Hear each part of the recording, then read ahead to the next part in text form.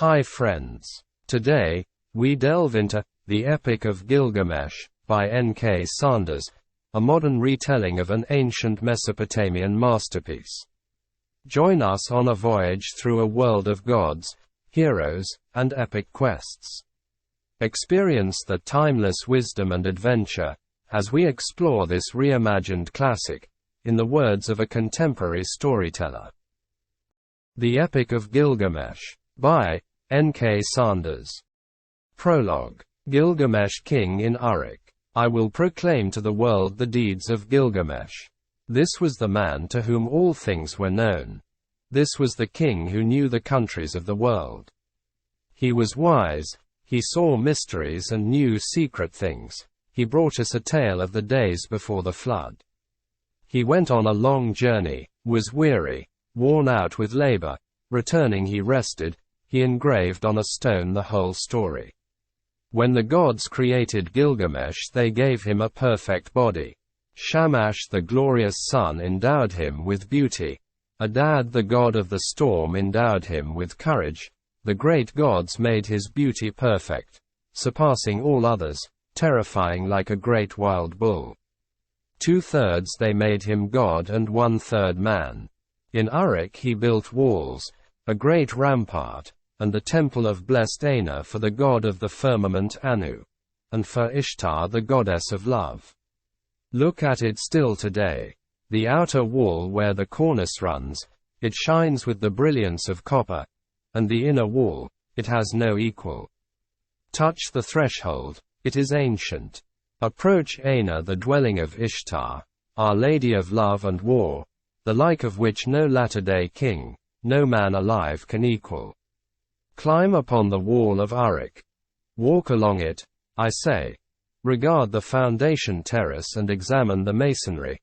Is it not burnt brick and good? The 7 sages laid the foundations. 1. The coming of Enkidu. Gilgamesh went abroad in the world, but he met with none who could withstand his arms till he came to Uruk. But the men of Uruk muttered in their houses, Gilgamesh sounds the tocsin for his amusement. His arrogance has no bounds by day or night. No son is left with his father, for Gilgamesh takes them all, even the children. Yet the king should be a shepherd to his people. His lust leaves no virgin to her lover, neither the warrior's daughter nor the wife of the noble. Yet this is the shepherd of the city, wise, comely, and resolute. The gods heard their lament. The gods of heaven cried to the Lord of Uruk, to Anu the god of Uruk. A goddess made him, strong as a savage bull. None can withstand his arms.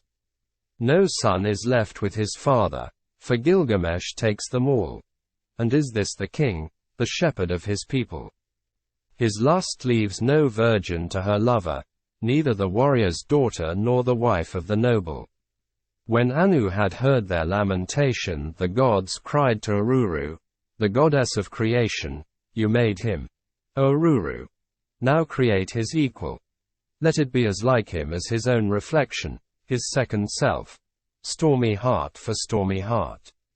Let them contend together and leave Uruk in quiet. So the goddess conceived an image in her mind, and it was of the stuff of Anu of the firmament.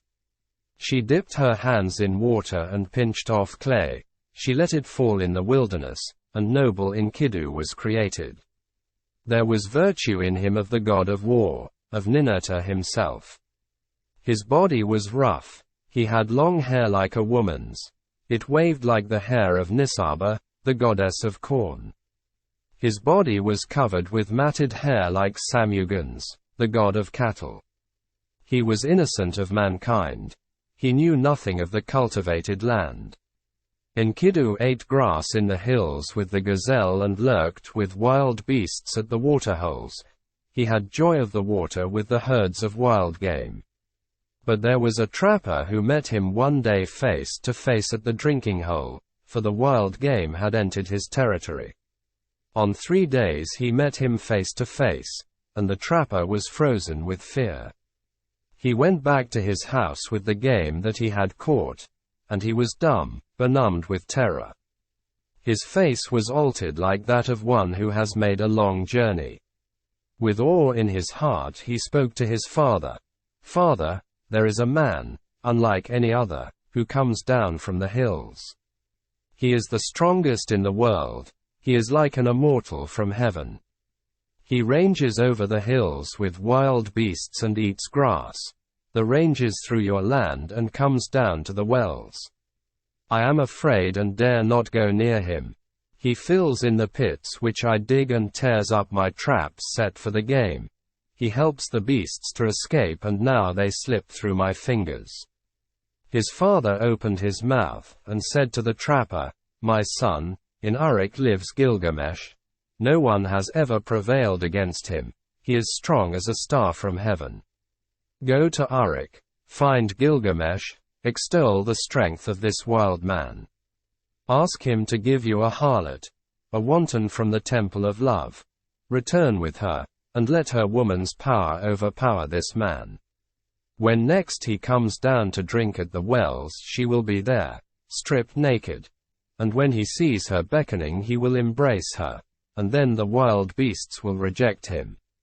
So the trapper set out on his journey to Uruk and addressed himself to Gilgamesh, saying, "A man unlike any other is roaming now in the pastures. He is as strong as a star from heaven, and I am afraid to approach him. He helps the wild game to escape. He fills in my pits and pulls up my traps."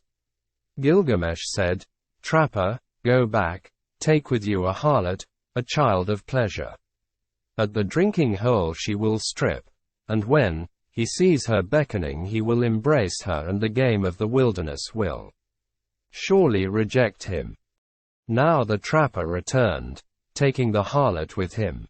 After a 3 days' journey they came to the drinking hole, and there they sat down.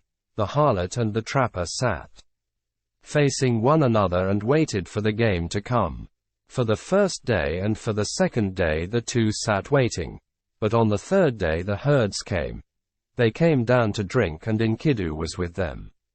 The small wild creatures of the plains were glad of the water, and Enkidu with them, who ate grass with the gazelle and was born in the hills, and she saw him, the savage man, come from far off in the hills.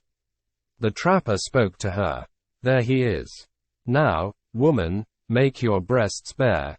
Have no shame, do not delay but welcome his love.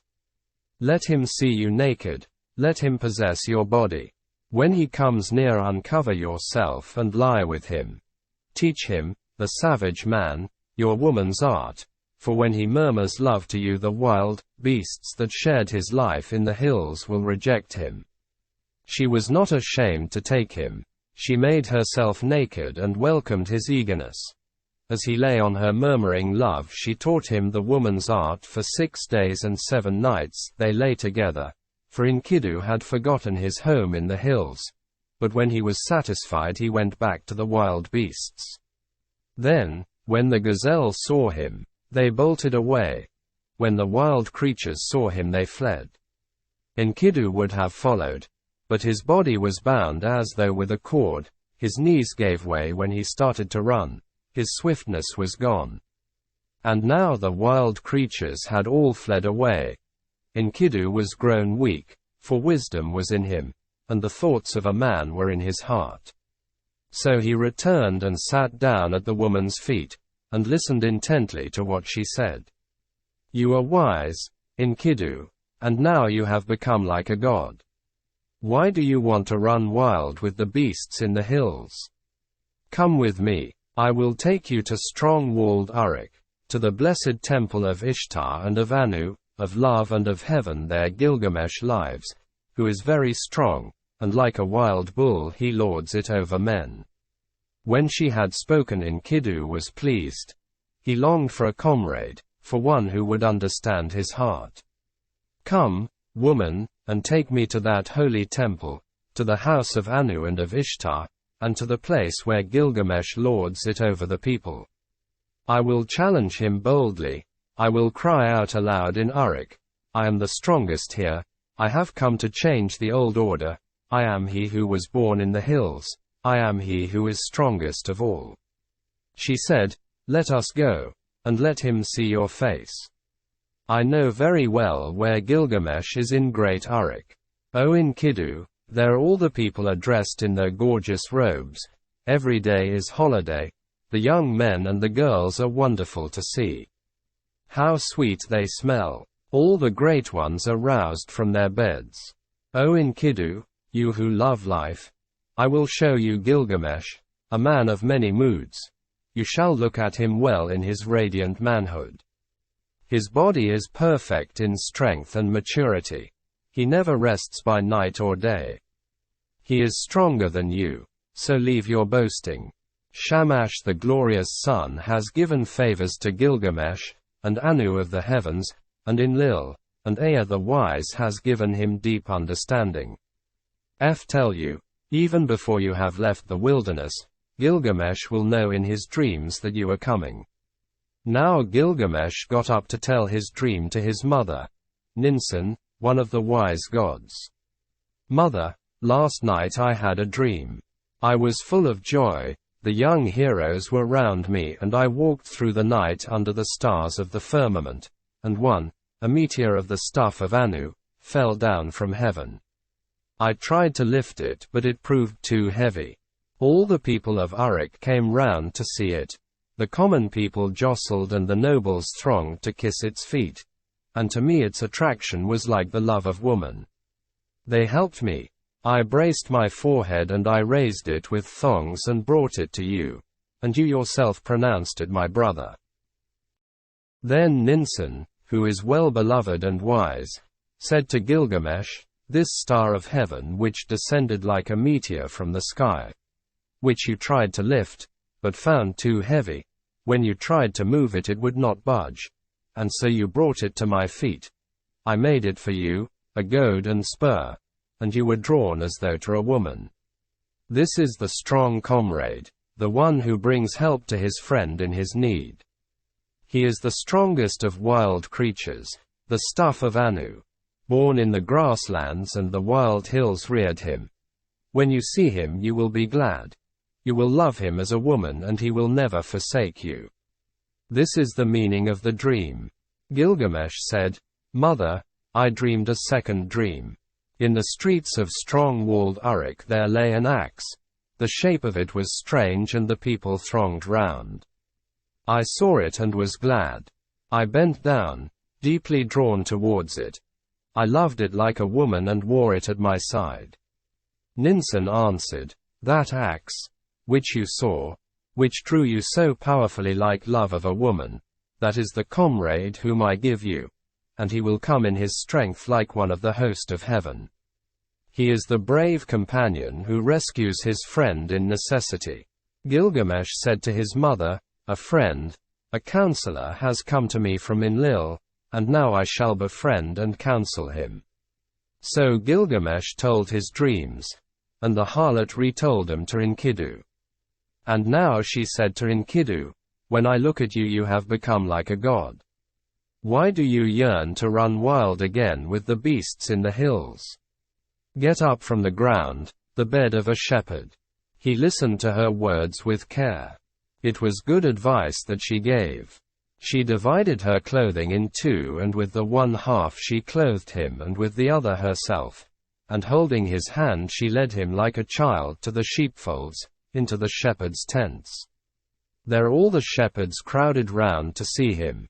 They put down bread in front of him, but Enkidu could only suck the milk of wild animals.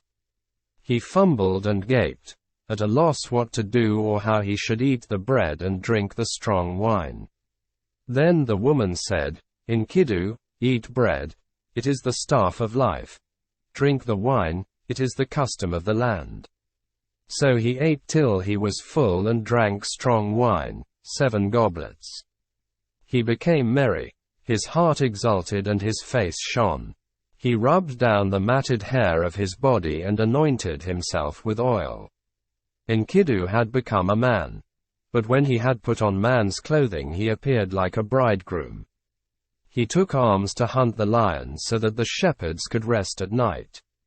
He caught wolves and lions and the herdsmen lay down in peace, for Enkidu was their watchman, that strong man who had no rival. He was merry living with the shepherds, till one day lifting his eyes he saw a man approaching. He said to the harlot, "Woman, fetch that man here. Why has he come? I wish to know his name." She went and called the man, saying, "Sir, where are you going on this weary journey?" The man answered, saying to Enkidu, "Gilgamesh has gone into the marriage house and shut out the people. He does strange things in Uruk, the city of great streets. At the roll of the drum work begins for the men, and work for the women. Gilgamesh the king is about to celebrate marriage with the queen of love, and he still demands to be first with the bride, the king to be first and the husband to follow, for that was ordained by the gods from his birth, from the time the umbilical cord was cut. But now the drums roll for the choice of the bride and the city groans." At these words Enkidu turned white in the face. "I will go to the place where Gilgamesh lords it over the people. I will challenge him boldly, and I will cry aloud in Uruk, 'I have come to change the old order, for I am the strongest here.'" Now Enkidu strode in front and the woman followed behind. He entered Uruk, that great market, and all the folk thronged round him where he stood in the street in strong-walled Uruk. The people jostled. Speaking of him they said, "He is the spit of Gilgamesh. He is shorter. He is bigger of bone. This is the one who was reared on the milk of wild beasts. His is the greatest strength." The men rejoiced. Now Gilgamesh has met his match. This great one. This hero whose beauty is like a god. He is a match even for Gilgamesh. In Uruk the bridal bed was made, fit for the goddess of love. The bride waited for the bridegroom, but in the night Gilgamesh got up and came to the house. Then Enkidu stepped out. He stood in the street and blocked the way. Mighty Gilgamesh came on and Enkidu met him at the gate. He put out his foot and prevented Gilgamesh from entering the house, so they grappled, holding each other like bulls. They broke the doorposts and the walls shook. They snorted like bulls locked together. They shattered the doorposts and the walls shook. Gilgamesh bent his knee with his foot planted on the ground, and with a turn Enkidu was thrown. Then immediately his fury died. When Enkidu was thrown he said to Gilgamesh, "There is not another like you in the world. Ninsun, who is as strong as a wild ox in the byre, she was the mother who bore you. And now you are raised above all men, and Enlil has given you the kingship, for your strength surpasses the strength of men." So Enkidu and Gilgamesh embraced and their friendship was sealed. 2. The Forest Journey. Enlil of the mountain, the father of the gods, had decreed the destiny of Gilgamesh. So Gilgamesh dreamed and Enkidu said, "The meaning of the dream is this. The father of the gods has given you kingship, such is your destiny, everlasting life is not your destiny. Because of this do not be sad at heart, do not be grieved or oppressed. He has given you power to bind and to loose, to be the darkness and the light of mankind. He has given you unexampled supremacy over the people, victory in battle from which no fugitive returns, in forays and assaults from which there is no going back. But do not abuse this power, deal justly with your servants in the palace, deal justly before Shamash." The eyes of Enkidu were full of tears and his heart was sick.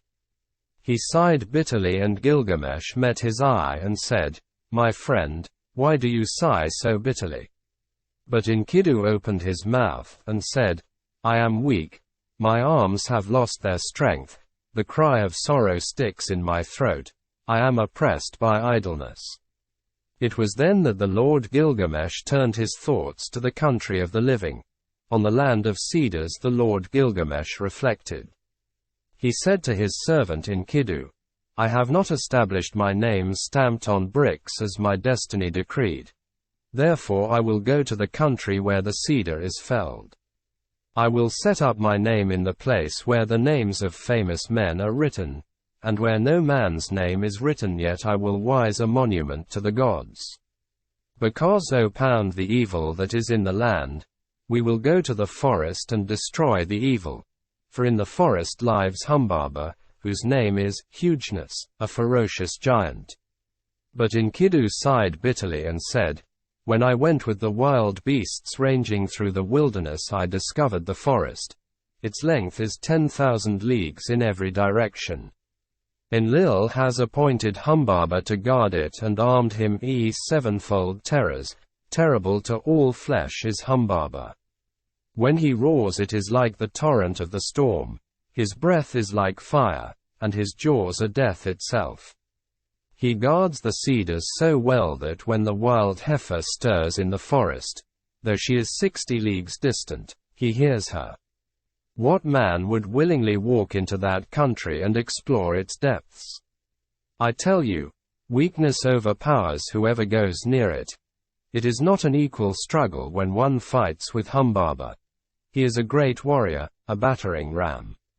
Gilgamesh, the watchman of the forest, never sleeps. Gilgamesh replied, Where is the man who can clamber to heaven? Only the gods live forever with glorious Shamash.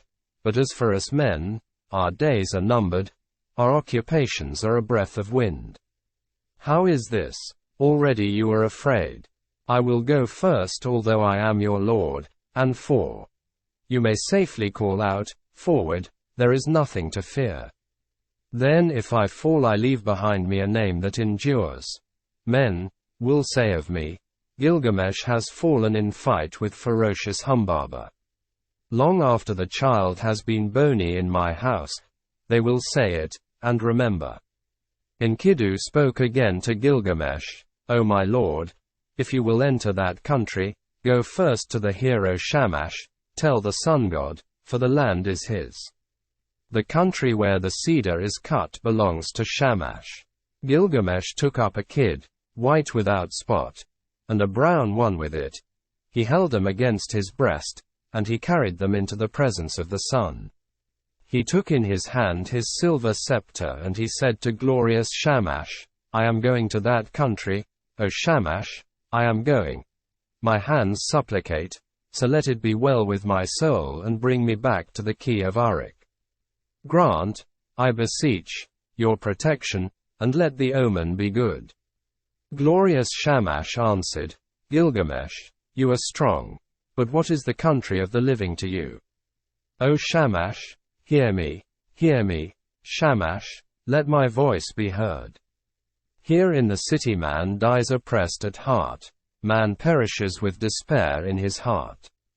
I have looked over the wall and I see the bodies floating on the river, and that will be my lot also. Indeed I know it is so, for whoever is tallest among men cannot reach the heavens, and the greatest cannot encompass the earth. Therefore I would enter that country. Because I have not established my name stamped on brick as my destiny decreed, I will go to the country where the cedar is cut. I will set up my name where the names of famous men are written, and where no man's name is written I will raise a monument to the gods. The tears ran down his face and he said, Alas, it is a long journey that I must take to the land of Humbaba. If this enterprise is not to be accomplished, why did you move me, Shamash, with the restless desire to perform it? How can I succeed if you will not succor me? If I die in that country I will die without rancor, but if I return I will make a glorious offering of gifts and of praise to Shamash. So Shamash accepted the sacrifice of his tears. Like the compassionate man he showed him mercy. He appointed strong allies for Gilgamesh, sons of one mother, and stationed them in the mountain caves. The great winds he appointed, the north wind, the whirlwind, the stone and the icy wind, the tempest and the scorching wind. Like vipers, like dragons, like a scorching fire, like a serpent that freezes the heart, a destroying flood and the lightning's fork, such were they and Gilgamesh rejoiced. He went to the forge and said, I will give orders to the armorers. They shall cast us our weapons while we watch them. So they gave orders to the armorers, and the craftsmen sat down in conference. They went into the groves of the plain and cut willow and box wood. They cast for them axes of 90 pounds, and great swords they cast with blades of 60 pounds each one, with pommels and hilts of 30 pounds. They cast for Gilgamesh the axe, might of heroes, and the bow of Ancient, and Gilgamesh was armed, and Enkidu, and the weight of the arms they carried was 30 pounds. The people collected, and the councillors in the streets and in the marketplace of Uruk. They came through the gate of 7 bolts, and Gilgamesh spoke to them in the marketplace. I, Gilgamesh, go to see that creature of whom such things are spoken, the rumor of whose name fills the world. I will conquer him in his cedar wood and show the strength of the sons of Uruk. All the world shall know of it. I am committed to this enterprise, to climb the mountain, to cut down the cedar, and leave behind me an enduring name.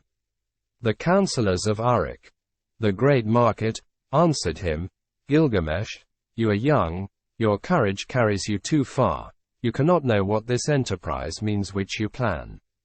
We have heard that Hernbaba is not like men who die. His weapons are such that none can stand against them. The forest stretches for 10,000 leagues in every direction. Who would willingly go down to explore its depths? As for Humbaba, when he roars it is like the torrent of the storm. His breath is like fire, and his jaws are death itself. Why do you crave to do this thing, Gilgamesh? It is no equal struggle when one fights with Humbaba, that battering ram. When he heard these words of the councillors, Gilgamesh looked at his friend and laughed. How shall I answer them? Shall I say I am afraid of Humbaba? I will sit at home all the rest of my days. Then Gilgamesh opened his mouth again and said to Enkidu, my friend, let us go to the great palace, to Agalma, and stand before Ninsun the queen. Ninsun is wise with deep knowledge. She will give us counsel for the road we must go.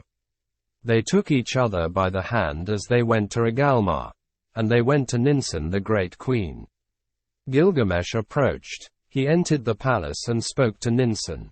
Ninsun, will you listen to me? I have a long journey to go, to the land of Humbaba. I must travel an unknown road and fight a strange battle. From the day I go until I return, till I reach the cedar forest and destroy the evil which Shamash abhors, pray for me to Shamash.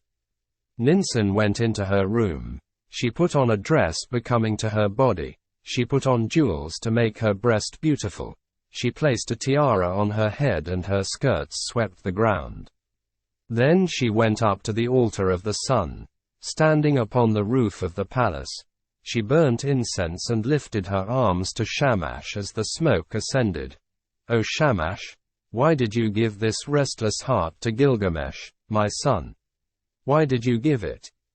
You have moved him, and now he sets out on a long journey to the land of Humbaba, to travel an unknown road and fight a strange battle. Therefore from the day that he goes till the day he returns, until he reaches the cedar forest, until he kills Humbaba and destroys the evil thing which you, Shamash, abhor, do not forget him. But let the dawn, Aya, your dear bride, remind you always, and when day is done give him to the watchman of the night to keep him from harm. Then Ninsun the mother of Gilgamesh extinguished the incense, and she called to Enkidu with this exhortation. Strong Enkidu, you are not the child of my body, but I will receive you as my adopted son. You are my other child, like the foundlings they bring to the temple. Serve Gilgamesh as a foundling serves the temple and the priestess who reared him. In the presence of my women, any votaries and hierophants, I declare it. Then she placed the amulet for a pledge round his neck, and she said to him, I entrust my son to you. Bring him back to me safely. And now they brought to them the weapons. They put in their hands the great swords in their golden scabbards, and the bow and the quiver. Gilgamesh took the axe. He slung the quiver from his shoulder, and the bow of Ancient, and buckled the sword to his belt. And so they were armed and ready for the journey. Now all the people came and pressed on them and said, "When will you return to the city?" The counselors blessed Gilgamesh and warned him, "Do not trust too much in your own strength. Be watchful, restrain your blows at first. The one who goes in front protects his companion. The good guide who knows the way guards his friend. Let Enkidu lead the way. He knows the road to the forest. He has seen Humbaba and is experienced in battles. Let him press first into the passes. Let him be watchful and look to himself. Let Enkidu protect his friend, and guard his companion, and bring him safe through the pitfalls of the road. We, the counselors of Uruk, entrust our king to you, O Enkidu. Bring him back safely to us." Again to Gilgamesh, they said, "May Shamash give you your heart's desire. May he let you see with your eyes the thing accomplished which your lips have spoken. May he open a path for you where it is blocked, and a road for your feet to tread. May he open the mountains for your crossing, and may the nighttime bring you the blessings of night, and Legulbanda, your guardian god, stand beside you for victory. May you have victory in the battle as though you fought with a child. Wash your feet in the river of Humbaba to which you are journeying. In the evening dig a well, and let there always be pure water in your water skin. Offer cold water to Shamash and do not forget Legulbanda." Then Enkidu opened his mouth and said, "Forward, there is nothing to fear. Follow me, for I know the place where Humbaba lives and the paths where he walks. Let the counselors go back. Here is no cause for fear." When the counselors heard this, they sped the hero on his way. "Go, Gilgamesh. May your guardian god protect you on the road and bring you safely back to the key of Uruk." After 20 leagues they broke their fast. After another 30 leagues they stopped for the night. 50 leagues they walked in one day. In 3 days they had walked as much as a journey of a month and 2 weeks. They crossed 7 mountains before they came to the gate of the forest. Then Enkidu called out to Gilgamesh, "Do not go down into the forest. When I opened the gate my hand lost its strength." Gilgamesh answered him, "Dear friend, do not speak like a coward. Have we got the better of so many dangers and traveled so far, to turn back at last? You, who are tried in wars and battles, hold close to me now and you will feel no fear of death. Keep beside me and your weakness will pass, the trembling will leave your hand. Would my friend rather stay behind? No, we will go down together into the heart of the forest. Let your courage be roused by the battle to come. Forget death and follow me, a man resolute in action, but one who is not foolhardy. When 2 go together each will protect himself and shield his companion, and if they fall they leave an enduring name." Together they went down into the forest and they came to the green mountain. There they stood still, they were struck dumb. They stood still and gazed at the forest.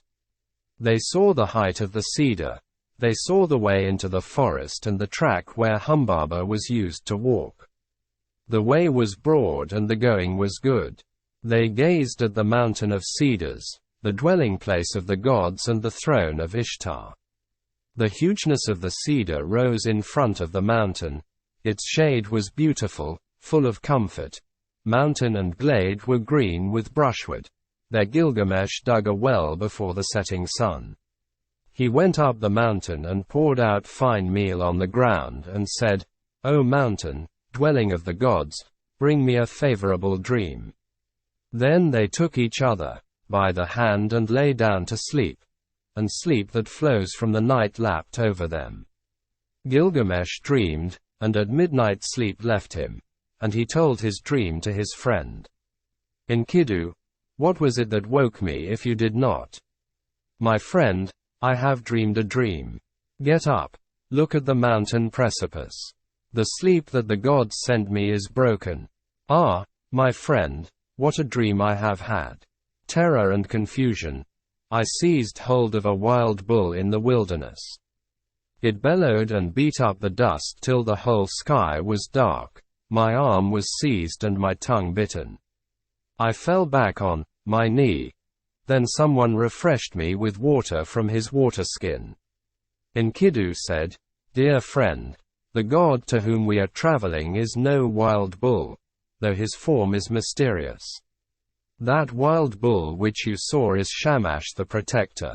In our moment of peril he will take our hands. The one who gave water from his water skin, that is your own God who cares for your good name, your Legulbanda. United with him, together we will accomplish a work the fame of which will never die." Gilgamesh said, "I dreamed again.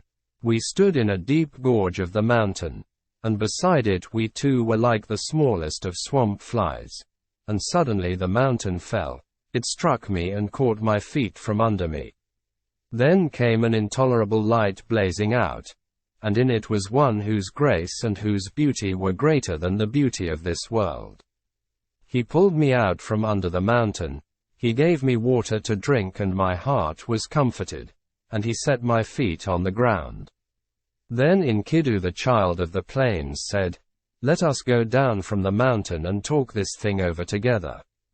He said to Gilgamesh the young god, 'Your dream is good, your dream is excellent.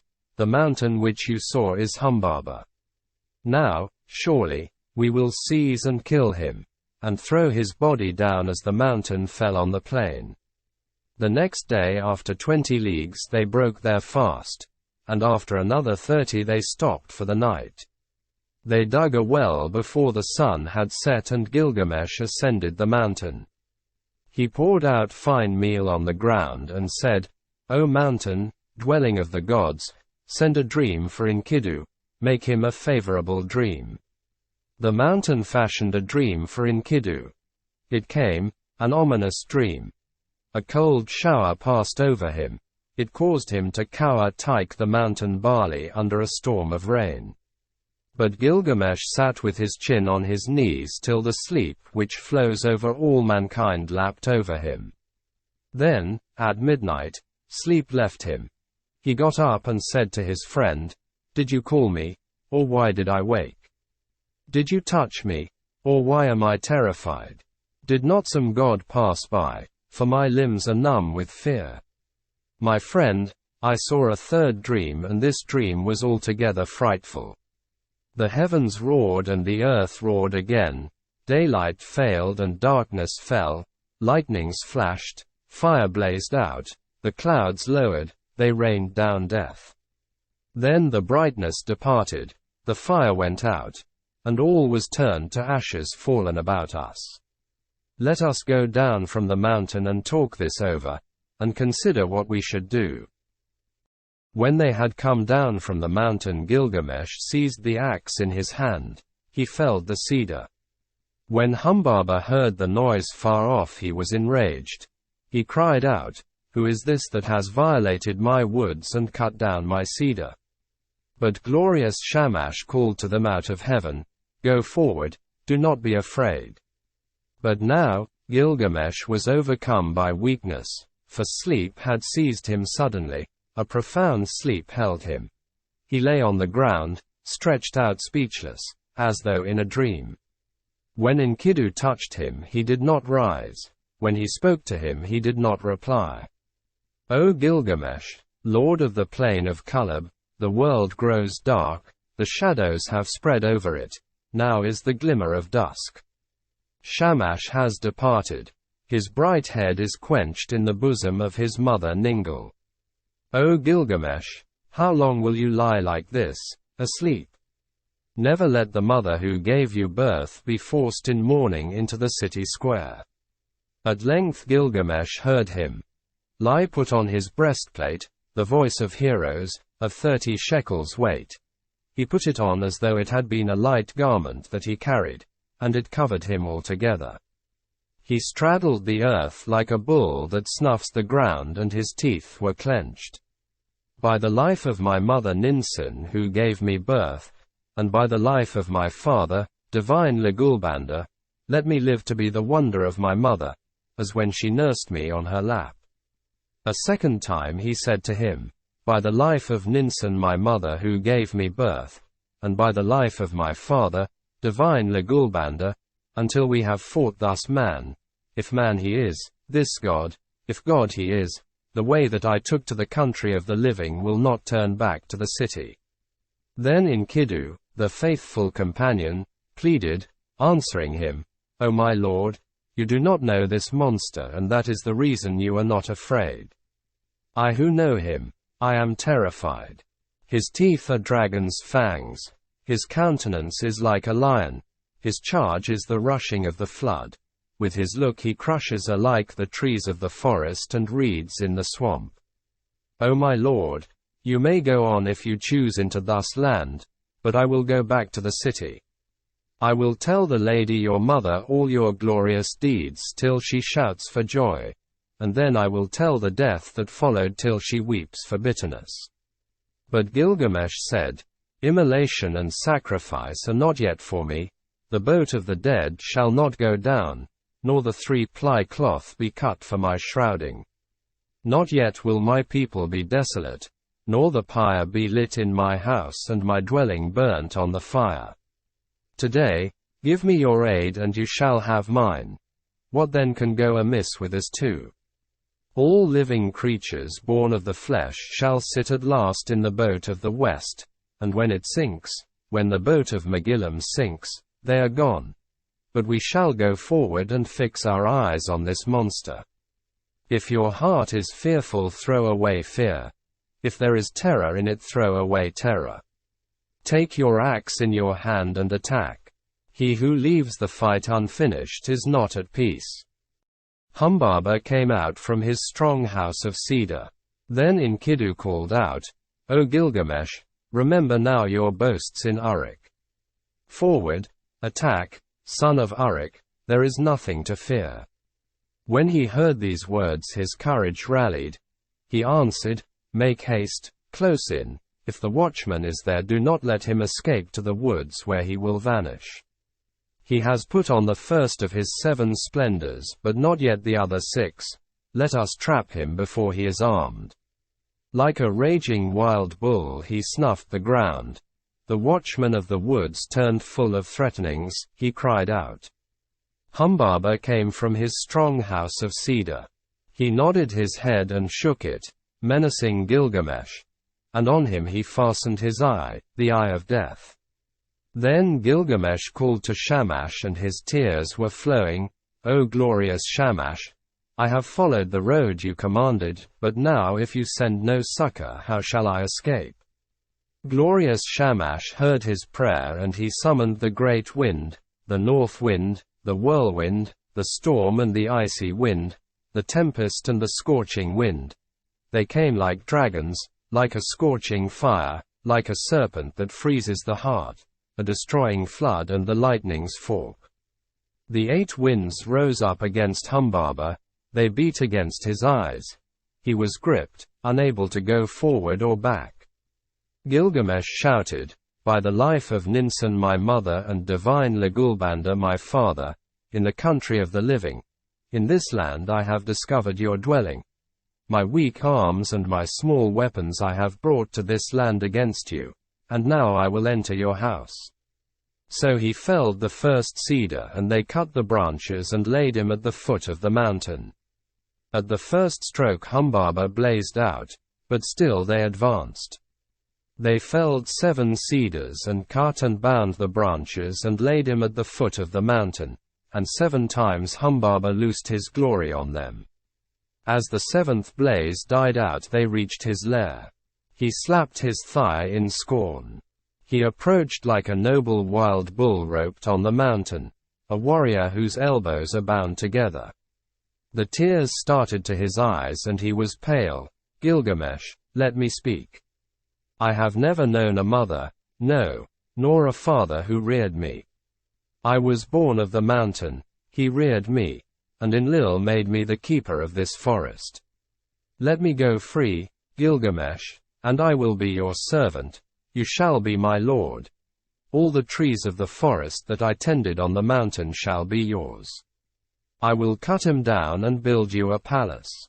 He took him by the hand and led him to his house, so that the heart of Gilgamesh was moved with compassion. He swore by the heavenly life, by the earthly life, by the underworld itself.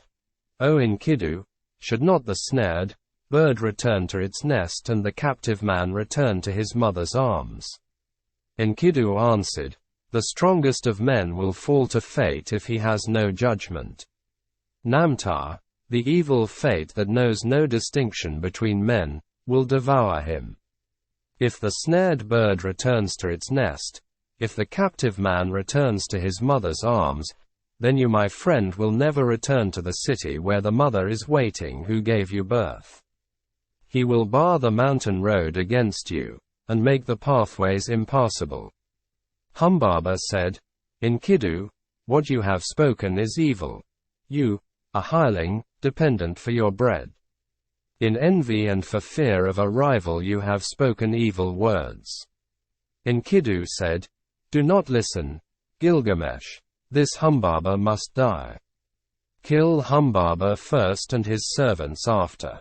But Gilgamesh said, if we touch him the blaze and the glory of light will be put out in confusion, the glory and glamour will vanish, its rays will be quenched. Enkidu said to Gilgamesh, not so, my friend. First entrap the bird, and where shall the chicks run then? Afterwards we can search out the glory and the glamour, when the chicks run distracted through the grass. Gilgamesh listened to the word of his companion. He took the axe in his hand, he drew the sword from his belt, and he struck Humbaba with a thrust of the sword to the neck, and Enkidu his comrade struck the second blow. At the third blow Humbaba fell. Then there followed confusion, for this was the guardian of the forest whom they had felled to the ground. For as far as 2 leagues the cedars shivered when Enkidu felled the watcher of the forest, he at whose voice Hermon and Lebanon used to tremble. Now the mountains were moved and all the hills, for the guardian of the forest was killed. They attacked the cedars, the 7 splendors of Humbaba were extinguished. So they pressed on into the forest bearing the sword of 8 talents. They uncovered the sacred dwellings of the Anunnaki, and while Gilgamesh felled the first of the trees of the forest, Enkidu cleared their roots as far as the banks of Euphrates. They set Humbaba before the gods, before Enlil. They kissed the ground and dropped the shroud and set the head before him. When he saw the head of Humbaba, Enlil raged at them. Why did you do this thing? From henceforth may the fire be on your faces, may it eat the bread that you eat, may it drink where you drink. Then Enlil took again the blaze and the 7 splendors that had been Humbaba's, he gave the first to the river, and he gave to the lion, to the stone of execration, to the mountain and to the dreaded daughter of the queen of hell. O Gilgamesh, king and conqueror of the dreadful blaze, wild bull who plunders the mountain, who crosses the sea, glory to him, and from the brave the greater glory is Enki's. 3. Ishtar and Gilgamesh, and the death of Enkidu. Gilgamesh washed out his long locks and cleaned his weapons. He flung back his hair from his shoulders, he threw off his stained clothes and changed them for new. He put on his royal robes and made him fast. When Gilgamesh had put on the crown, glorious Ishtar lifted her eyes, seeing the beauty of Gilgamesh. She said, come to me, Gilgamesh, and be my bridegroom. Grant me seed of your body, let me be your bride and you shall be my husband. I will harness for you a chariot of lapis lazuli and of gold, with wheels of gold and horns of copper. And you shall have mighty demons of the storm for draft mules. When you enter our house in the fragrance of cedar wood, threshold and throne will kiss your feet. Kings, rulers, and princes will bow down before you. they shall bring you tribute from the mountains and the plain. Your ewes shall drop twins and your goats triplets. Your pack ass shall outrun mules. Your oxen shall have no rivals, and your chariot horses shall be famous far off for their swiftness. Gilgamesh opened his mouth and answered glorious Ishtar, if I take you in marriage, what gifts can I give in return? What ointments and clothing for your body? I would gladly give you bread and all sorts of food fit for a god. I would give you wine to drink fit for a queen. I would pour out barley to stuff your granary. But as for making you my wife, that I will not. How would it go with me? Your lovers have found you like a brazier which smolders in the cold, a back door which keeps out neither squall of wind nor storm, a castle which crushes the garrison, pitch that blackens the bearer, a water skin that chafes the carrier, a stone which falls from the parapet, a battering ram turned back from the enemy, a sandal that trips the wearer. Which of your lovers did you ever love forever? What shepherd of yours has pleased you for all time? Listen to me while I tell the tale of your lovers. There was Tammuz, the lover of your youth. For him you decreed wailing, year after year. You loved the many-colored roller, but still you struck and broke his wing. Now in the grove he sits and cries, Kapi, Kapi, my wing, my wing. You have loved the lion tremendous in strength. 7 pits you dug for him, and 7. You have loved the stallion magnificent in battle, and for him you decreed whip and spur and a thong, to gallop 7 leagues by force and to muddy the water before he drinks, and for his mother Salili lamentations. You have loved the shepherd of the flock. He made meal cake for you day after day, he killed kids for your sake. You struck and turned him into a wolf. Now his own herd boys chase him away, his own hounds worry his flanks. And did you not love Ishalanu, the gardener of your father's palm grove? He brought you baskets filled with dates without end. Every day he loaded your table. Then you turned your eyes on him and said, Dearest Ishalanu, come here to me, let us enjoy your manhood, come forward and take me, I am yours. Ishalanu answered, What are you asking from me? My mother has baked, and I have eaten. Why should I come to such as you for food that is tainted and rotten? For when was a screen of rushes sufficient protection from frosts? But when you had beard his answer you struck him. He was changed to a blind mole deep in the earth, one whose desire is always beyond his reach. And if you and I should be lovers, should not I be served in the same fashion as all these others whom you loved once? When Ishtar heard this she fell into a bitter rage, she went up to high heaven. Her tears poured down in front of her father Anu, and Antum her mother. She said, My father, Gilgamesh has heaped insults on me, he has told over all my abominable behavior, my foul and hideous acts. Anu opened his mouth and said, Are you a father of gods? Did not you quarrel with Gilgamesh the king?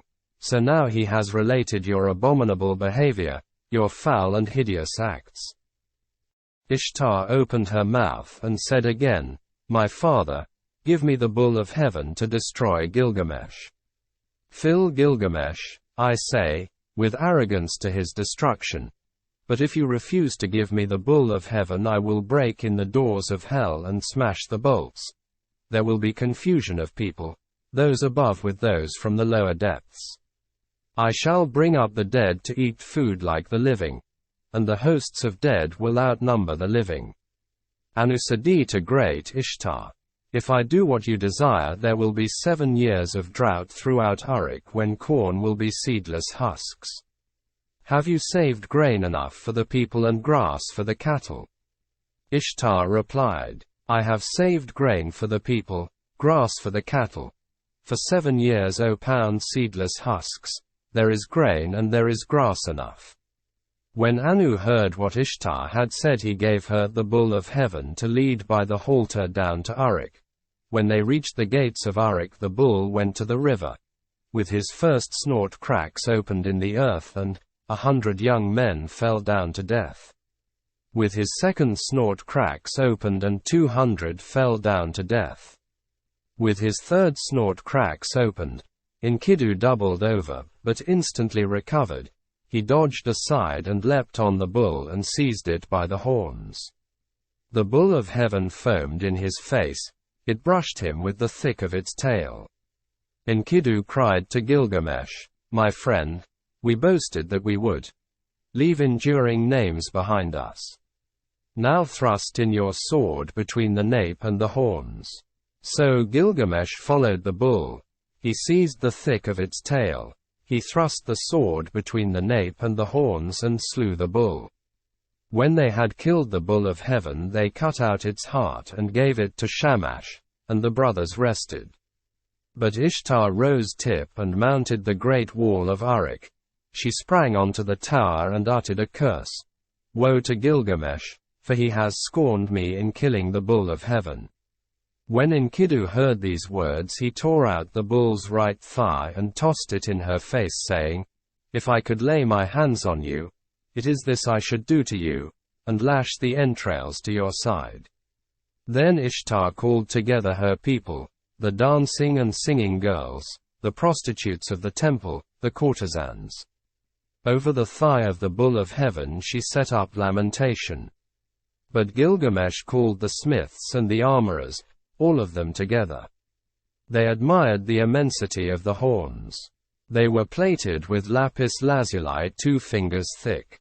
They were 30 pounds each in weight, and their capacity in oil was 6 measures, which he gave to his guardian god, Legulbanda. But he carried the horns into the palace and hung them on the wall. Then they washed their hands in Euphrates, they embraced each other and went away. They drove through the streets of Uruk where the heroes were gathered to see them, and Gilgamesh called to the singing girls, "Who is most glorious of the heroes, who is most eminent among men?" Gilgamesh is the most glorious of heroes. Gilgamesh is most eminent among men. And now there was feasting, and celebrations and joy in the palace, till the heroes lay down, saying, "Now we will rest for the night." When the daylight came, Enkidu got up and cried to Gilgamesh, "O my brother, such a dream I had last night." Anu, Enlil, Ea and heavenly Shamash took counsel together, and Anu said to Enlil, "Because they have killed the bull of heaven, and because they have killed Humbaba who guarded the cedar mountain, one of the 2 must die." Then glorious Shamash answered the hero Enlil, "It was by your command they killed the bull of heaven, and killed Humbaba, and must Enkidu die although innocent." Enlil flung round in rage at glorious Shamash, "You dare to say this? You who went about with them every day like one of themselves." So Enkidu lay stretched out before Gilgamesh. His tears ran down in streams, and he said to Gilgamesh, "O my brother, so dear as you are to me, brother, yet they will take me from you." Again he said, "I must sit down on the threshold of the dead, and never again will I see my dear brother with my eyes." While Enkidu lay alone in his sickness, he cursed the gate as though it was living flesh. "You there, wood of the gate, dull and insensible, witless, I searched for you over 20 leagues until I saw the towering cedar. There is no wood like you in our land. 72 cubits high and 24 wide, the pivot and the ferrule and the jambs are perfect. A master craftsman from Nippur has made you. But oh, if I had known the conclusion. If I had known that this was all the good that would come of it, I would have raised the axe and split you into little pieces and set up here a gate of wattle instead. Ah, if only some future king had brought you here, or some god had fashioned you. Let him obliterate my name and write his own, and the curse fall on him instead of on Enkidu." With the first brightening of dawn, Enkidu raised his head and wept before the sun god. In the brilliance of the sunlight his tears streamed down. "Sun god, I beseech you, About that vile trapper, that trapper of nothing, because of whom I was to catch less than my comrade. Let him catch least, make his game scarce, make him feeble, taking the smaller of every share, let his quarry escape from his nets. When he had cursed the trapper to his heart's content, he turned on the harlot. He was roused to curse her also. As for you, woman, with a great curse I curse you. I will promise you a destiny to all eternity. My curse shall come on you soon and sudden. You shall be without a roof for your commerce, for you shall not keep house with other girls in the tavern, but do your business in places fouled by the vomit of the drunkard. Your hire will be potter's earth, your thievings will be flung into the hovel, you will sit at the crossroads in the dust of the potter's quarter, you will make your bed on the dunghill at night, and by day take your stand in the wall's shadow. Brambles and thorns will tear your feet, the drunk and the dry will strike your cheek and your mouth will ache. Let you be stripped of your purple dyes, for I too once in the wilderness with my wife had all the treasure I wished. When Shamash heard the words of Enkidu, he called to him from heaven, Enkidu, why are you cursing the woman, the mistress who taught you to eat bread fit for gods and drink wine of kings? She who put upon you a magnificent garment, did she not give you glorious Gilgamesh for your companion, and has not Gilgamesh, your own brother, made you rest on a royal bed and recline on a couch at his left hand? He has made the princes of the earth kiss your feet, and now all the people of Uruk lament and wail over you. When you are dead, he will let his hair grow long for your sake, he will wear a lion's pelt and wander through the desert. When Enkidu heard glorious Shamash, his angry heart grew quiet. He called back the curse and said, Woman, I promise you another destiny. The mouth which cursed you shall bless you. Kings, princes and nobles shall adore you. On your account a man, though 12 miles off, will clap his hand to his thigh and his hair will twitch. For you he will undo his belt and open his treasure, and you shall have your desire, lapis lazuli, gold and carnelian from the heap in the treasury. A ring for your hand and a robe shall be yours. The priest will lead you into the presence of the gods. On your account a wife, a mother of 7, was forsaken. As Enkidu slept alone in his sickness, in bitterness of spirit he poured out his heart to his friend. It was I who cut down the cedar, I who leveled the forest, I who slew Humbaba, and now see what has become of me. Listen, my friend, this is the dream I dreamed last night. The heavens roared, and earth rumbled back an answer. Between them stood I before an awful being, the somber-faced man-bird. He had directed on me his purpose. His was a vampire face, his foot was a lion's foot, his hand was an eagle's talon. He fell on me and his claws were in my hair, he held me fast and I smothered. Then he transformed me so that my arms became wings covered with feathers. He turned his stare towards me, and he led me away to the palace of Urkala, the queen of darkness, to the house from which none who enters ever returns, down the road from which there is no coming back. There is the house whose people sit in darkness. Dust is their food and clay their meat. They are clothed like birds, with wings for covering, they see no light, they sit in darkness. I entered the house of dust and I saw the kings of the earth, their crowns put away forever. Rulers and princes, all those who once wore kingly crowns and ruled the world in the days of old. They who had stood in the place of the gods like An and Enlil stood now like servants to fetch baked meats in the house of dust, to carry cooked meat and cold water from the waterskin. In the house of dust which I entered were high priests and acolytes, priests of the incantation and of ecstasy. There were servers of the temple, and there was Etana, that king of Dish whom the eagle carried to heaven in the days of old.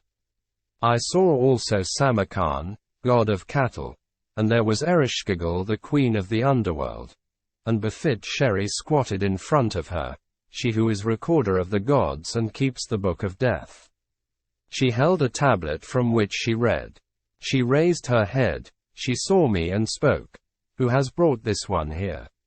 Then I awoke like a man drained of blood who wanders alone in a waste of rashes, like one whom the bailiff has seized and his heart pounds with terror.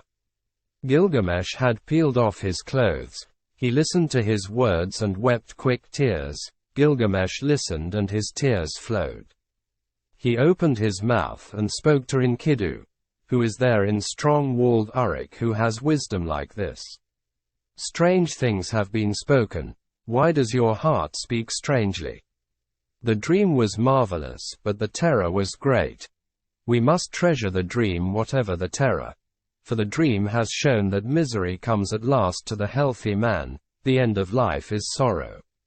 And Gilgamesh lamented, Now I will pray to the great gods, for my friend had an ominous dream. This day on which Enkidu dreamed came to an end and he lay stricken with sickness. One whole day he lay on his bed and his suffering increased. He said to Gilgamesh, the friend on whose account he had left the wilderness, Once I ran for you, for the water of life, and I now have nothing. A second day he lay on his bed and Gilgamesh watched over him, but the sickness increased. A third day he lay on his bed. He called out to Gilgamesh, rousing him up. Now he was weak and his eyes were blind with weeping. 10 days he lay and his suffering increased. 11 and 12 days he lay on his bed of pain. Then he called to Gilgamesh, My friend, the great goddess cursed me and I must die in shame. I shall not die like a man fallen in battle. I feared to fall, but happy is the man who falls in the battle, for I must die in shame. And Gilgamesh wept over Enkidu. With the first light of dawn he raised his voice and said to the counselors of Uruk, Hear me, great ones of Uruk, I weep for Enkidu, my friend, bitterly moaning like a woman mourning I weep for my brother.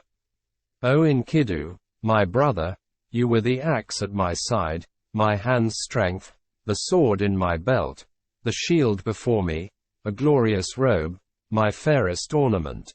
An evil fate has robbed me. The wild ass and the gazelle that were father and mother, all long-tailed creatures that nourished you weep for you, all the wild things of the plain and pastures, the paths that you loved in the forest of cedars night and day murmur. Let the great ones of strong-walled Uruk weep for you. Let the finger of blessing be stretched out in mourning. Enkidu, young brother. Hark! There is an echo through all the country like a mother mourning. Weep all the paths where we walked together, and the beasts we hunted, the bear and hyena, tiger and panther, leopard and lion, the stag and the ibex, the bull and the doe. The river along whose banks we used to walk, weeps for you, Ula of Elam and dear Euphrates, where once we drew water for the waterskins. The mountain we climbed where we slew the watchman, weeps for you. The warriors of strong-walled Uruk where the bull of heaven was killed, weep for you. All the people of Eridu weep for you Enkidu. Those who brought grain for your eating mourn for you now. Who rubbed oil on your back mourn for you now. Who poured beer for your drinking mourn for you now. The harlot who anointed you with fragrant ointment laments for you now. The women of the palace, who brought you a wife, a chosen ring of good advice, lament for you now. And the young men your brothers as though they were women go long-haired in mourning. What is this sleep which holds you now? You are lost in the dark and cannot hear me. He touched his heart, but it did not beat, nor did he lift his eyes again. When Gilgamesh touched his heart it did not beat. So Gilgamesh laid a veil, as one veils the bride, over his friend. He began to rage like a lioness robbed of her whelps. This way and that he paced round the bed, he tore out his hair and strewed it around. He dragged of his splendid robes and flung them down as though they were abominations. In the first light of dawn Gilgamesh cried out, "I made you rest on a royal bed, you reclined on a couch at my left hand, the princes of the earth kissed your feet. I will cause all the people of Uruk to weep over you and raise the dirge of the dead. The joyful people will stoop with sorrow. And when you have gone to the earth I will let my hair grow long for your sake. I will wander through the wilderness in the skin of a lion." The next day also, in the first light, Gilgamesh lamented. 7 days and 7 nights he wept for Enkidu, until the worm fastened on him. Only then he gave him up to the earth, for the Anunnaki, the judges, had seized him. Then Gilgamesh issued a proclamation through the land. He summoned them all, the coppersmiths, the goldsmiths, the stoneworkers, and commanded them, "Make a statue of my friend." The statue was fashioned with a great weight of lapis lazuli for the breast and of gold for the body. A table of hard wood was set out, and on it a bowl of carnelian filled with honey, and a bowl of lapis lazuli filled with butter. These he exposed and offered to the sun, and weeping he went away. 4. The search for everlasting life. Bitterly Gilgamesh wept for his friend Enkidu.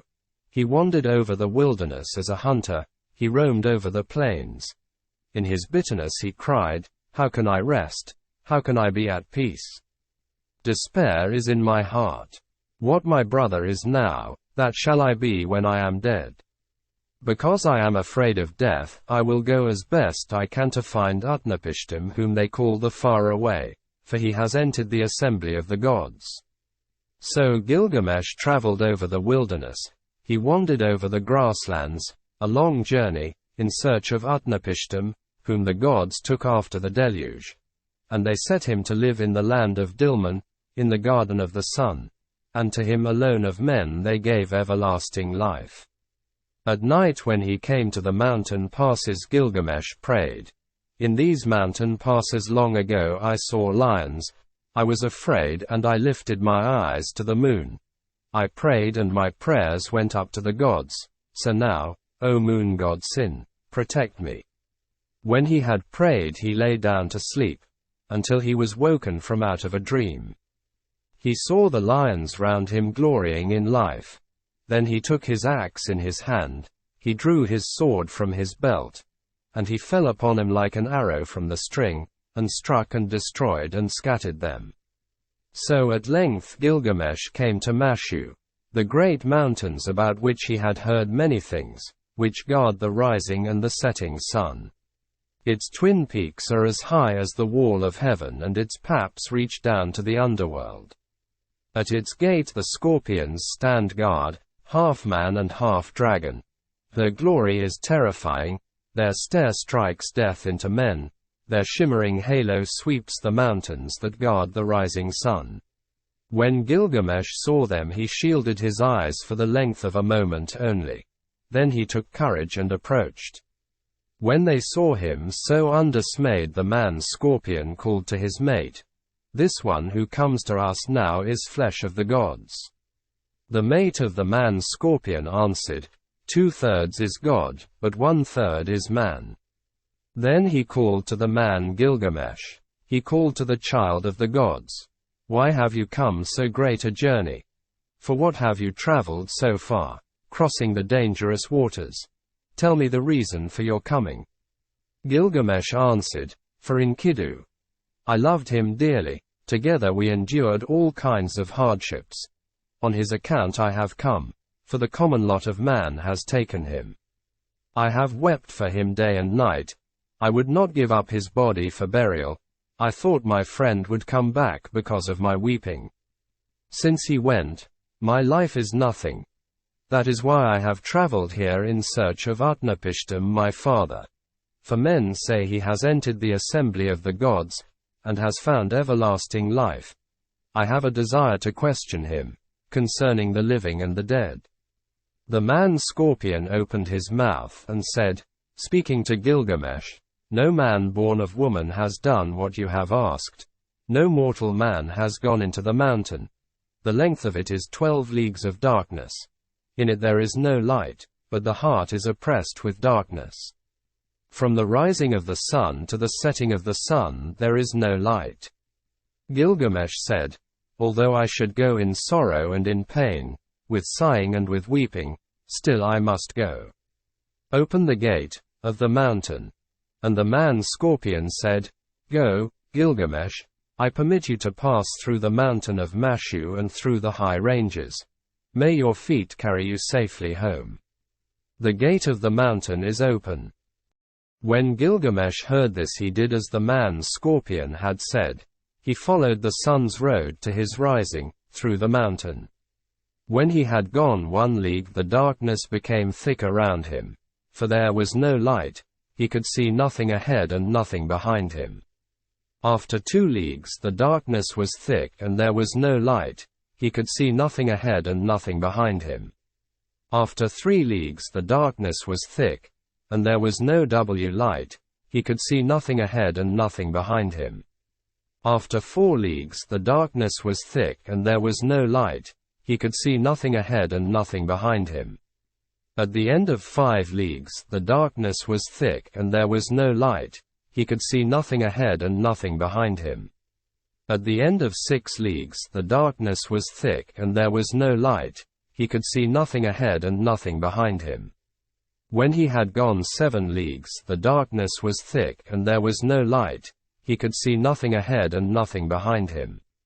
When he had gone 8 leagues Gilgamesh gave a great cry, for the darkness was thick and he could see nothing ahead and nothing behind him. After 9 leagues he felt the north wind on his face, but the darkness was thick and there was no light. He could see nothing ahead and nothing behind him. After 10 leagues the end was near. After 11 leagues the dawn light appeared. At the end of 12 leagues the sun streamed out. There was the garden of the gods. All round him stood bushes bearing gems. Seeing it he went down at once, for there was fruit of carnelian with the vine hanging from it, beautiful to look at. Lapis lazuli leaves hung thick with fruit, sweet to see.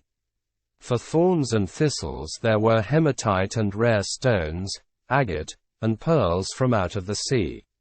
While Gilgamesh walked in the garden by the edge of the sea, Shamash saw him, and he saw that he was dressed in the skins of animals and ate their flesh. He was distressed, and he spoke and said, No mortal man has gone this way before, nor will, as long as the winds drive over the sea. And to Gilgamesh he said, You will never find the life for which you are searching. Gilgamesh said to glorious Shamash, Now that I have toiled and strayed so far over the wilderness, am I to sleep, and let the earth cover my head forever? Let my eyes see the sun until they are dazzled with looking. Although I am no better than a dead man, still let me see the light of the sun. Beside the sea she lives, the woman of the vine, the maker of wine. Siduri sits in the garden at the edge of the sea, with the golden bowl and the golden vats that the gods gave her.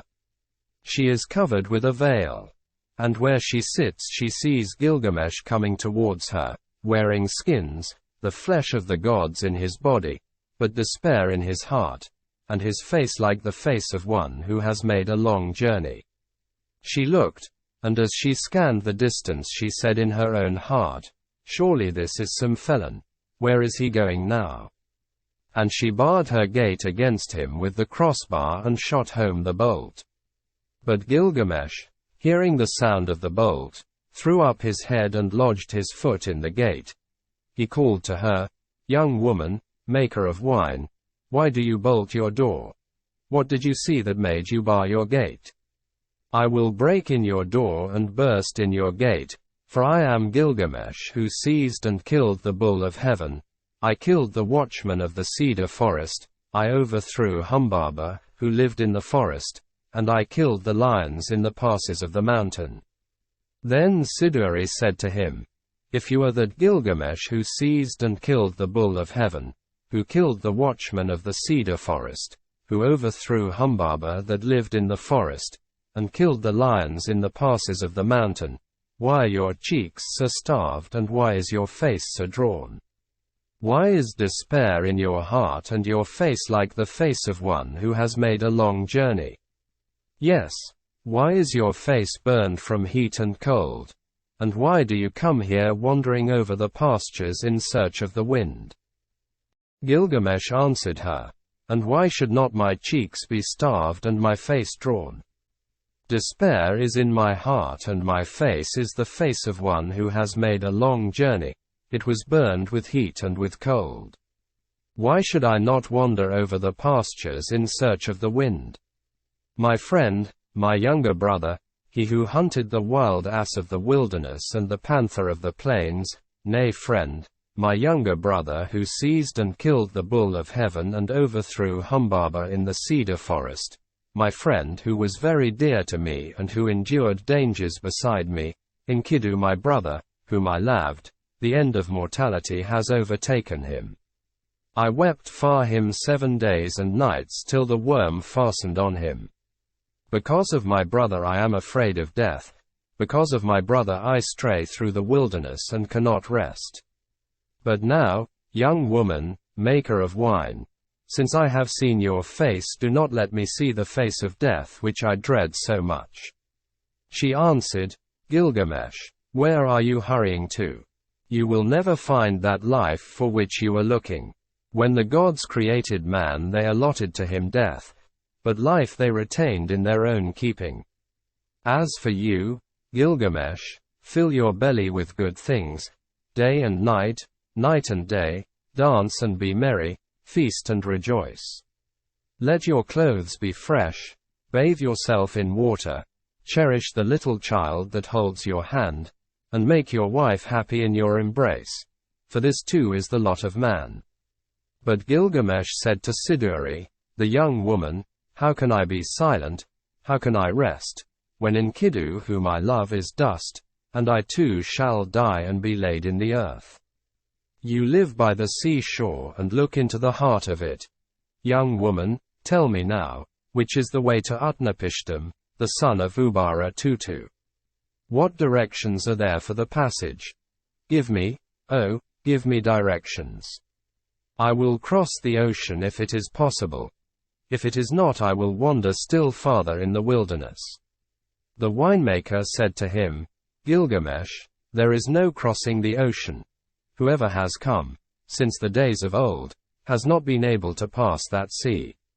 The sun in his glory crosses the ocean, but who beside Shamash has ever crossed it?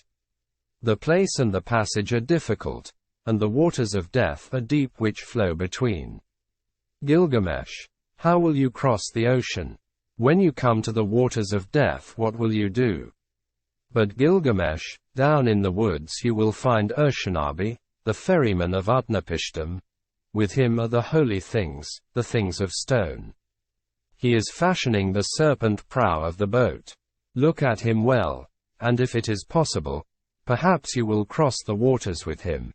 But if it is not possible, then you must go back. When Gilgamesh heard this he was seized with anger. He took his axe in his hand, and his dagger from his belt. He crept forward and he fell on him like a javelin. Then he went into the forest and sat down. Urshanabi saw the dagger flash and heard the axe, and he beat his head, for Gilgamesh had shattered the tackle of the boat in his rage. Urshanabi said to him, Tell me, what is your name?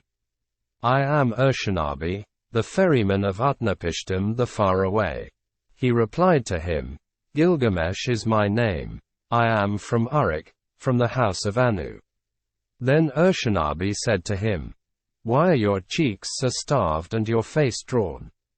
Why is despair in your heart and your face like the face of one who has made a long journey? Yes, why is your face burned with heat and with cold? And why do you come here wandering over the pastures in search of the wind? Gilgamesh said to him, Why should not my cheeks be starved and my face drawn? Despair is in my heart, and my face is the face of one who has made a long journey. I was burned with heat and with cold. Why should I not wander over the pastures? My friend, my younger brother who seized and killed the bull of heaven, and overthrew Humbaba in the cedar forest, my friend who was very dear to me, and who endured dangers beside me, Enkidu my brother whom I loved, the end of mortality has overtaken him. I wept for him 7 days and nights till the worm fastened on him. Because of my brother I am afraid of death, because of my brother I stray through the wilderness. His fate lies heavy upon me. How can I be silent? How can I rest? He is dust and I too shall die and be laid in the earth forever. I am afraid of death, therefore, Urshanabi, tell me which is the road to Utnapishtim. If it is possible I will cross the waters of death. If not I will wander still farther through the wilderness. Urshanabi said to him, Gilgamesh, your own hands have prevented you from crossing the ocean. When you destroyed the tackle of the boat you destroyed its safety. Then the two of them talked it over and Gilgamesh said, Why are you so angry with me, Urshanabi? For you yourself cross the sea by day and night, at all seasons you cross it, Gilgamesh, those things you destroyed. Their property is to carry me over the water, to prevent the waters of death from touching me. It was for this reason that I preserved them. But you have destroyed them, and the Urnu snakes with them. But now, go into the forest, Gilgamesh. With your axe cut poles, 120, cut them 60 cubits long, paint them with bitumen, set on them ferrules and bring them back. When Gilgamesh heard this he went into the forest. He cut poles 120. He cut them 60 cubits long, he painted them with bitumen, he set on him ferrules, and he brought him to Urshanabi. Then they boarded the boat, Gilgamesh and Urshanabi together, launching it out on the waves of ocean. For 3 days they ran on as it were a journey of a month and 15 days, and at last Urshanabi brought the boat to the waters of death. Then Urshanabi said to Gilgamesh, Press on, take a pole and thrust it in, but do not let your hands touch the waters. Gilgamesh, take a second pole, take a third, take a fourth pole. Now, Gilgamesh, take a fifth, take a sixth and seventh pole. Gilgamesh, take an eighth, and ninth, a 10th pole. Gilgamesh, take an 11th, take a 12th pole. After 120 thrusts Gilgamesh had used the last pole. Then he stripped himself. He held up his arms for a mast and his covering for a sail. So Urshanabi the ferryman brought Gilgamesh to Utnapishtim, whom they call the Faraway, who lives in Dinan at the place of the sun's transit, eastward of the mountain. To him alone of men the gods had given everlasting life. Now Utnapishtim, where he lay at ease, looked into the distance and he said in his heart, musing to himself, Why does the boat sail here without tackle and mast? Why are the sacred stones destroyed? And why does the master not sail the boat? That man who comes is none of mine. Where I look I see a man whose body is covered with skins of beasts. Who is this who walks up the shore behind Urshanabi? For surely he is no man of mine. So Utnapishtim looked at him and said, What is your name?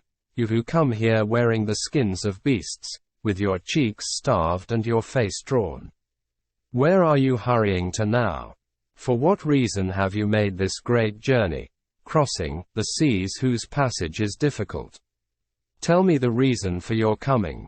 He replied, Gilgamesh is my name. I am from Uruk, from the house of Anu. Then Utnapishtim said to him, If you are Gilgamesh, why are your cheeks so starved and your face drawn? Why is despair in your heart and your face like the face of one who has made a long journey? Yes, why is your face burned with heat and cold? And why do you come here, wandering over the wilderness in search of the wind? Gilgamesh said to him, Why should not my cheeks be starved and my face drawn? Despair is in my heart and my face is the face of one who has made a long journey.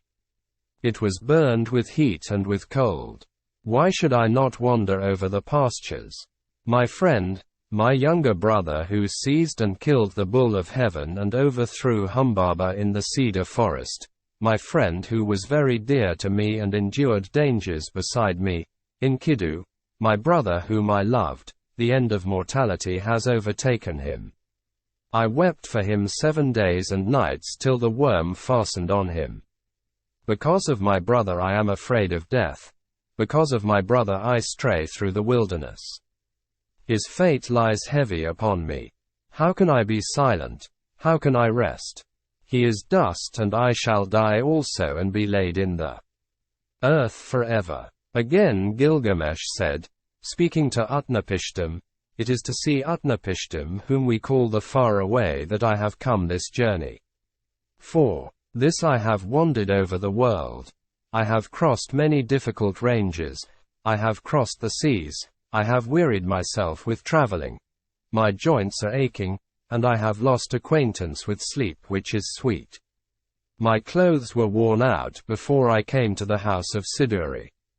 I have killed the bear and hyena, the lion and panther, the tiger, the stag and the ibex, all sorts of wild game and the small creatures of the pastures. I ate their flesh and I wore their skins. And that was how I came to the gate of the young woman, the maker of wine, who barred her gate of pitch and bitumen against me. But from her I had news of the journey. So then I came to Urshanabi the ferryman, and with him I crossed over the waters of death. Utuastam said, there is no permanence. Do we build a house to stand forever? Do we seal a contract to hold for all time? Do brothers divide an inheritance to keep forever? Does the flood time of rivers endure? It is only the nymph of the dragonfly who sheds her larva and sees the sun in his glory. From the days of old there is no permanence. The sleeping and the dead, how alike they are like a painted death. What is there between the master and the servant when both have fulfilled their doom? When the Anunnaki, the judges, come together, and Mametan the mother of destinies, together they decree the fates of men. Life and death they allot, but the day of death they do not disclose. Then Gilgamesh said to Utnapishtim the far away, I look at you now, Utnapishtim, and your appearance is no different from mine. There is nothing strange in your features. I thought I should find you like a hero prepared for battle, but you here taking your ease on your back. Tell me truly, how was it that you came to enter the company of the gods and to possess everlasting life? Utnapishtim said to Gilgamesh, I will reveal to you a mystery, I will tell you a secret of the gods. 5. The story of the flood. You know the city Shuruppak. It stands on the banks of Euphrates. That city grew old and the gods that were in it were old. There was Anu, lord of the firmament, their father, and warrior Enlil their counselor, Ninurta the helper, and Ennugi watcher over canals, and with them also was Ea. In those days the world teemed, the people multiplied, the world bellowed like a wild bull, and the great God was aroused by the clamor. Enlil heard the clamor and he said to the gods in council, the uproar of mankind is intolerable and sleep is no longer possible by reason of the Babel. So the gods agreed to exterminate mankind. Enlil did this. But Ea because of his oath warned me in a dream. He whispered their words to my house of reeds, reed house, reed house. Wall, O wall, hearken reed house, wall reflect, O man of Shuruppak, son of Ubara Tutu. Tear down your house and build a boat, abandon possessions and look for life, despise worldly goods and save your soul alive. Tear down your house, I say, and build a boat. These are the measurements of the bark as you shall build her. Let hex beam equal her length. Let her deck be roofed like the vault that covers the abyss. then take up into the boat the seed of all living creatures. When I had understood, I said to my Lord, Behold, what you have commanded I will honor and perform. But how shall I answer the people, the city, the elders? Then Ea opened his mouth and said to me, his servant, Tell them this. I have learnt that Enlil is wrathful against me. I dare no longer walk in his land nor live in his city. I will go down to the gulf to dwell with Ea my lord. But on you he will rain down abundance, rare fish and shy wild fowl, a rich harvest tide. In the evening the rider of the storm will bring you wheat in torrents. In the first light of dawn all my household gathered round me. The children brought pitch and the men whatever was necessary. On the 5th day I laid the keel and the ribs, then I made fast the planking. The ground space was 1 acre, each side of the deck measured 120 cubits, making a square. I built 6 decks below, 7 in all. I divided them into 9 sections with bulkheads between. I drove in wedges where needed. I saw to the punt poles, and laid in supplies. The carriers brought oil in baskets. I poured pitch into the furnace and asphalt and oil. More oil was consumed in caulking, and more again the master of the boat took into his stores. I slaughtered bullocks for the people and every day I killed sheep. I gave the shipwrights wine to drink as though it were river water, raw wine and red wine and oil and white wine. There was feasting then as there is at the time of the New Year's festival. I myself anointed my head. On the 7th day the boat was complete. Then was the launching full of difficulty. There was shifting of ballast above and below till 2/3 was submerged. I loaded into her all that one had of gold and of living things, my family, my kin, the beast of the field both wild and tame, and all the craftsmen. I sent them on board, for the time that Shamash had ordained was already fulfilled when he said, In the evening, when the rider of the storm sends down the destroying rain, enter the boat and batten her down. The time was fulfilled, the evening came, the rider of the storm sent down the rain. I looked out at the weather and it was terrible, so I too boarded the boat and battened her down. All was now complete, the battening and the caulking. So I handed the tiller to Puzur Amuri the steersman, with the navigation and the care of the whole boat. With the first light of dawn a black cloud came from the horizon. It thundered within where Adad, lord of the storm, was riding. In front over hill and plain Shulat and Hanish, heralds of the storm, led on. Then the gods of the abyss rose up. Nergal pulled out the dams of the nether waters, Ninurta the warlord threw down the dikes, and the 7 judges of hell, the Anunnaki, raised their torches, lighting the land with their livid flame. A stupor of despair went up to heaven when the god of the storm turned daylight to darkness, when he smashed the land like a cup. 1 whole day the tempest raged, gathering fury as it went. It poured over the people like the tides of battle. Imam could not see his brother nor the people be seen from heaven. Even the gods were terrified at the flood. They fled to the highest heaven, the firmament of An. They crouched against the walls, cowering like curs. Then Ishtar, the sweet-voiced queen of heaven, cried out like a woman in travail. Alas, the days of old are turned to dust, because I commanded evil. Why did I command thus evil in the council of all the gods? I commanded wars to destroy the people. But are they not my people, for I brought them forth? Now like the spawn of fish they float in the ocean. The great gods of heaven and of hell wept, they covered their mouths. For 6 days and 6 nights the winds blew, torrent and tempest and flood overwhelmed the world. Tempest and flood raged together like warring hosts.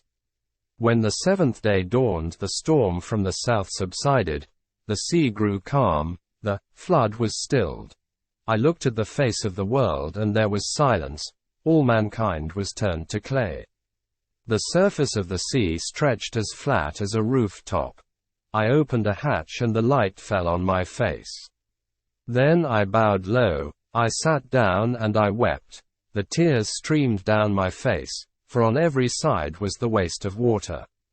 I looked for land in vain, but 14 leagues distant there appeared a mountain, and there the boat grounded. On the mountain of Nisir the boat held fast, she held fast and did not budge. One day she held, and a second day on the mountain of Nisir she held fast and did not budge. A third day, and a fourth day she held fast on the mountain and did not budge. A fifth day and a sixth day she held fast on the mountain. When the seventh day dawned I loosed a dove and let her go.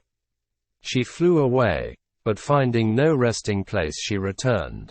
Then I loosed a swallow, and she flew away but finding no resting place she returned. I loosed a raven, she saw that the waters had retreated, she ate, she flew around, she cawed, and she did not come back. Then I threw everything open to the four winds. I made a sacrifice and poured out a libation on the mountain top. 7 and again 7 cauldrons I set up on their stands. I heaped up wood and cane and cedar and myrtle. When the gods smelled the sweet savor, they gathered like flies over the sacrifice. Then, at last, Ishtar also came. She lifted her necklace with the jewels of heaven that once Anu had made to please her. O you gods here present, by the lapis lazuli round my neck I shall remember these days as I remember the jewels of my throat. These last days I shall not forget. Let all the gods gather round the sacrifice, except Enlil. He shall not approach this offering, for without reflection he brought the flood. He consigned my people to destruction. When Enlil had come, when he saw the boat, he was wroth and swelled with anger at the gods, the host of heaven. Has any of these mortals escaped? Not one was to have survived the destruction. Then the god of the wells and canals Ninurta opened his mouth, and said to the warrior Enlil, Who is there of the gods that can devise without Ea? It is Ea alone who knows all things. Then Ea opened his mouth and spoke to warrior Enlil, Wisest of gods, hero Enlil, how could you so senselessly bring down the flood? Lay upon the sinner his sin, lay upon the transgressor his transgression, punish him a little when he breaks loose. Do not drive him too hard or he perishes. Would that a lion had ravaged mankind rather than the flood. Would that a wolf had ravaged mankind rather than the flood. Would that famine had wasted the world rather than the flood. Would that pestilence had wasted mankind rather than the flood. It was not I that revealed the secret of the gods. The wise man learned it in a dream. Now take your counsel what shall be done with him. Then Enlil went up into the boat. He took me by the hand and my wife and made us enter the boat and kneel down on either side, he standing between us. He touched our foreheads to bless us, saying, In time past Utnapishtim was a mortal man.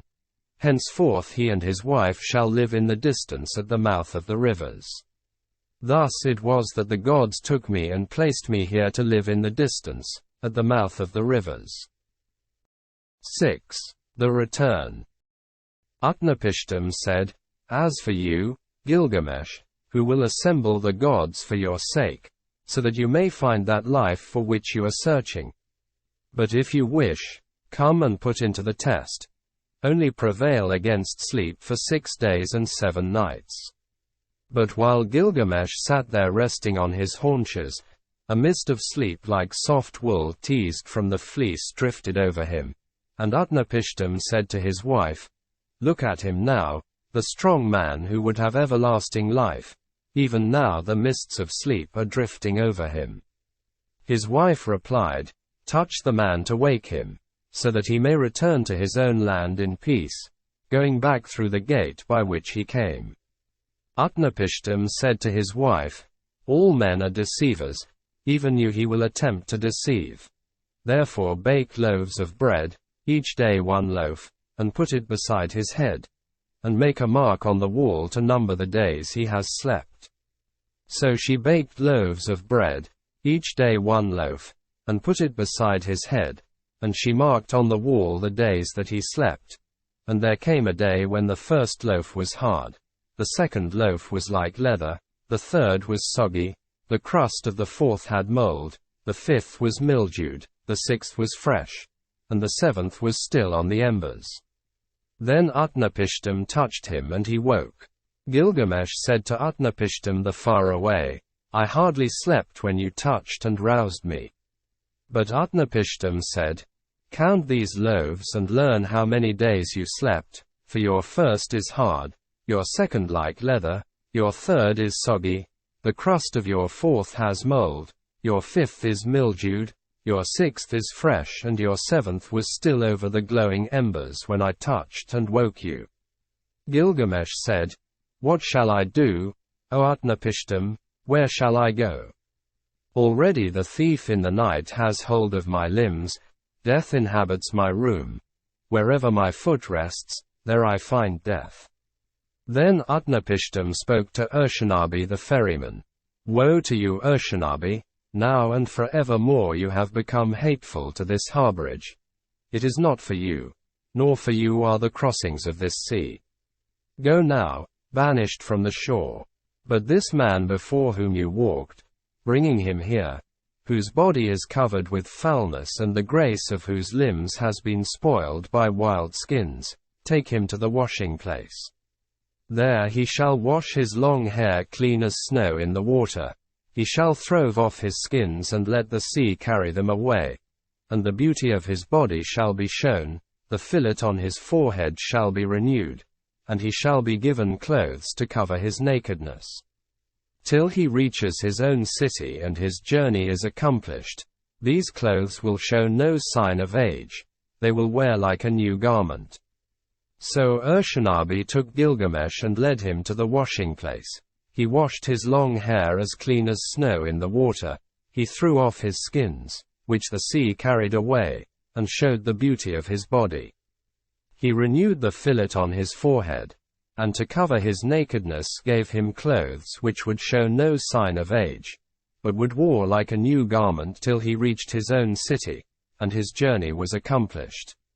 Then Gilgamesh and Urshanabi launched the boat onto the water and boarded it, and they made ready to sail away. But the wife of Utnapishtim the faraway said to him, Gilgamesh came here wearied out, he is worn out. What will you give him to carry him back to his own country? So Utnapishtim spoke, and Gilgamesh took a pole and brought the boat into the bank. Gilgamesh, you came here a man wearied out, you have worn yourself out. What shall I give you to carry you back to your own country? Gilgamesh, I shall reveal a secret thing. It is a mystery of the gods that I am telling you. There is a plant that grows under the water.